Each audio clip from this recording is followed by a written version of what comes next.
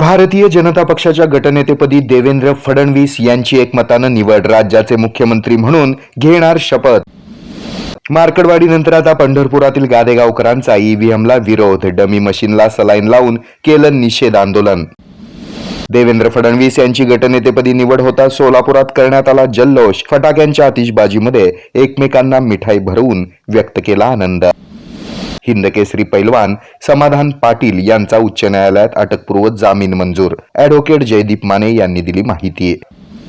माझा बाबा सिद्दीकी होण्याआधी संरक्षण मिळावं. मोहोळ विधानसभा मतदारसंघाचे माजी आमदार रमेश कदम यांची पोलिसात मागणी.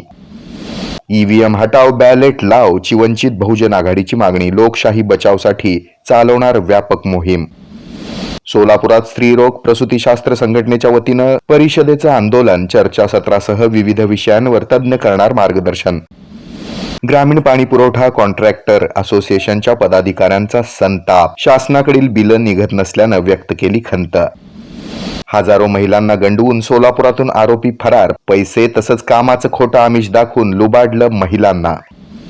सोलापूर बार असोसिएशनच्या वतीनं वकील दिन उत्साहात साजरा. असोसिएशनच्या पदाधिकाऱ्यांच्या उपस्थितीमध्ये कार्यक्रमांचं करण्यात आलं होतं आयोजन.